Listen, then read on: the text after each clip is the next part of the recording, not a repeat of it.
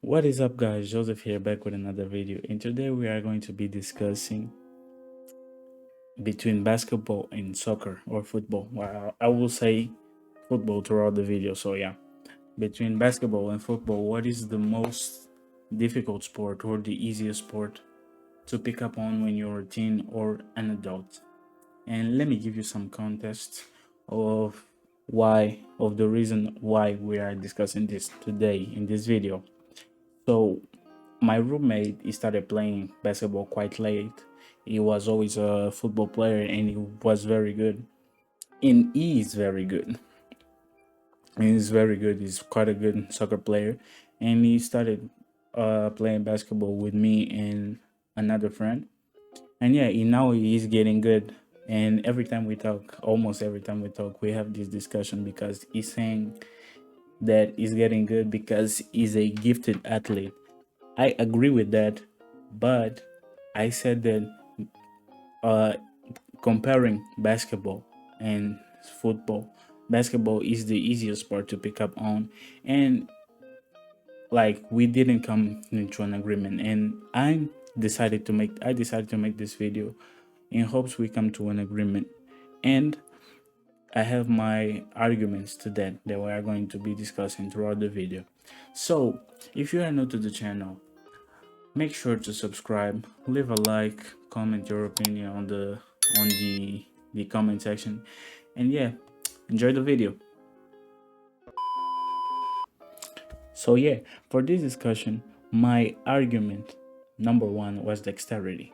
For us human beings, it's easy to be more skilled with our upper body, our arms and hands, than with our lower body, our legs and feet.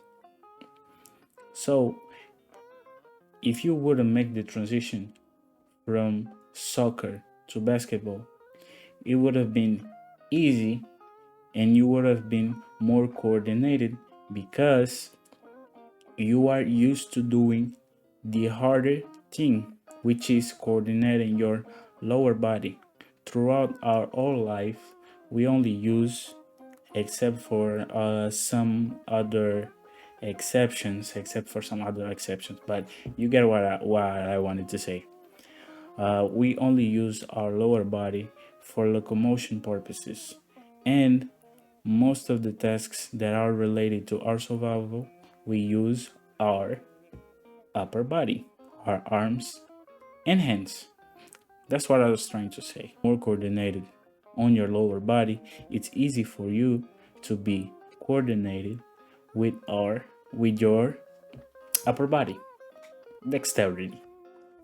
My second point of this discussion was to look for professional athletes that start playing either basketball or soccer late, and to look for examples like if they did the transition from soccer to basketball.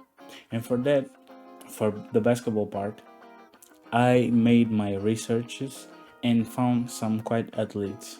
For the soccer part, I didn't find some many athletes, but from what I know is that soccer players that are successful and very skilled and very good started playing in the early stages of their life, meaning not when they were teens or adults, but when they were children. And the interval age for that is between 13 and 19, you are a teenager, and 19 and up, you are an adult. So being said, I'm going to go to the evidence board. Not me, I'm not going to the evidence board. We are going to the evidence board in the company of my associate, Hoodie Joseph, as you wish, and he will give you the list. So what is up, guys? As my associate said, Bandana Joseph, I'm Hoodie J, or Hoodie Joseph, because I'm Joseph and I wear a hoodie. But that's not the point of here. That's not the point of our discussion. The point of our discussion is to get to the evidence board and list some players that started playing basketball late, meaning when they were teens or adults. And first on our list, we have Dirk Nowitzki, starting playing basketball at 13 years old. Second, we have Amar Stoudemire. He started playing basketball at 14 years old. We have five-time NBA champion Tim Duncan. He was swimming, starting playing basketball at 14 years old. Next on our list, we have MVP candidate Joel Embiid. He was playing volleyball, starting playing basketball at 15 years old. Next on our list, we have Hakeem the Dream Olajuwon. He started playing basketball at 15 years old. He was playing soccer or football before. Next on our list, Pascal Siakam. He started playing basketball at 15 years old. He was a church boy. He was going to become a pastor before. We have Dikembe Mutombo.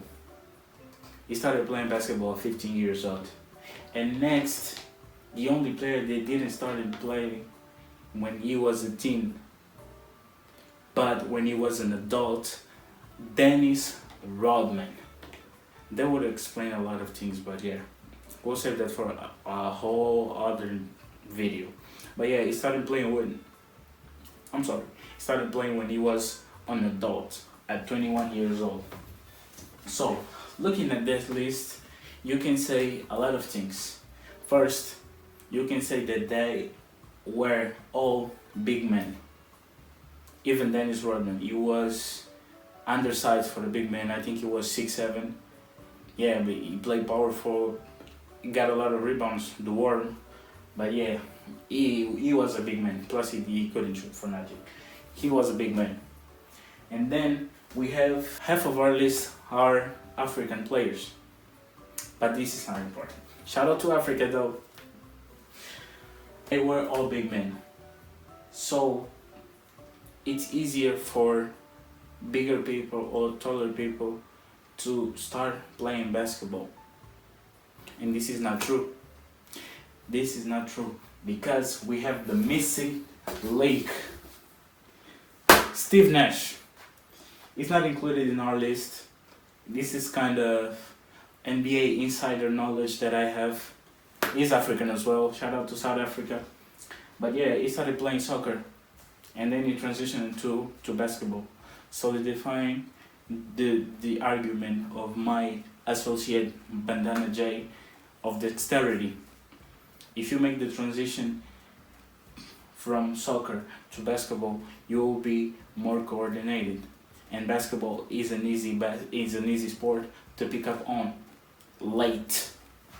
Me as an athlete that I am, Hoodie J, yeah, it's easy to notice that.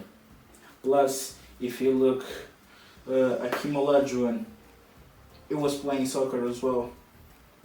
The Dream revolutionated the post footwork, and it was because of basketball. Now athletes use Hakeem's the Dream's footwork on the post, and his footwork was an influence of soccer. It's because he was a soccer player that he developed his footwork and applied it to basket, solidifying once again my associate argument of dexterity. But yeah, on this side, football players that started late. I sincerely looked deeply on the internet and couldn't find one. I'm sorry if you guys have somebody living on the comment section. I couldn't find any player, any soccer player, any football player that started playing late. Late meaning through your teenagehood and adulthood.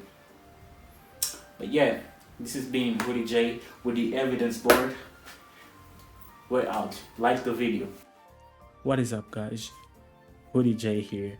And I forgot to mention one player, and he is very important. One of the most dominant players of our era, and one of my favorite players right now, Giannis Antetokounmpo. He was playing soccer as well. He started playing basketball at 12, 13 years old. is an honorable mention, and that's why I'm making this video. As I said in the beginning of the video, I'm sorry for having forgotten Giannis Antetokounmpo. I'm not saying that basketball is super easy. I'm not saying that soccer is super hard, but it requires more coordination. Just of the fact that we use our upper bodies more than our lower bodies. And I'm not saying as well that if you start playing basketball late, you will turn into an NBA all-star, superstar, or legend. What am I trying to say is that you will always be more comfortable playing a sport that revolves around your upper body, your hands and arms, than with your lower body. And as we saw also in the evidence board with my associated Hoodie J, players that make the transition from soccer to basketball tend to be more coordinated. But yeah, this is just a comparison. I think I gave up all my arguments, and yeah, I'm open for a discussion, a debate in the comment section. I really want to discuss this with you. And yeah, Joseph out. Peace. Bro, this has nothing to do with the video, but imagine it wouldn't be a fire publicity for windshield wipers if we got Dikembe Mutombo wiping a windshield of a small like a small car while finger wagging, like he would grab the car and it was like in the wheelchair of the car. That would be fine. This is stupid, but like I think it would have make a good publicity of windshield wipers. But yeah,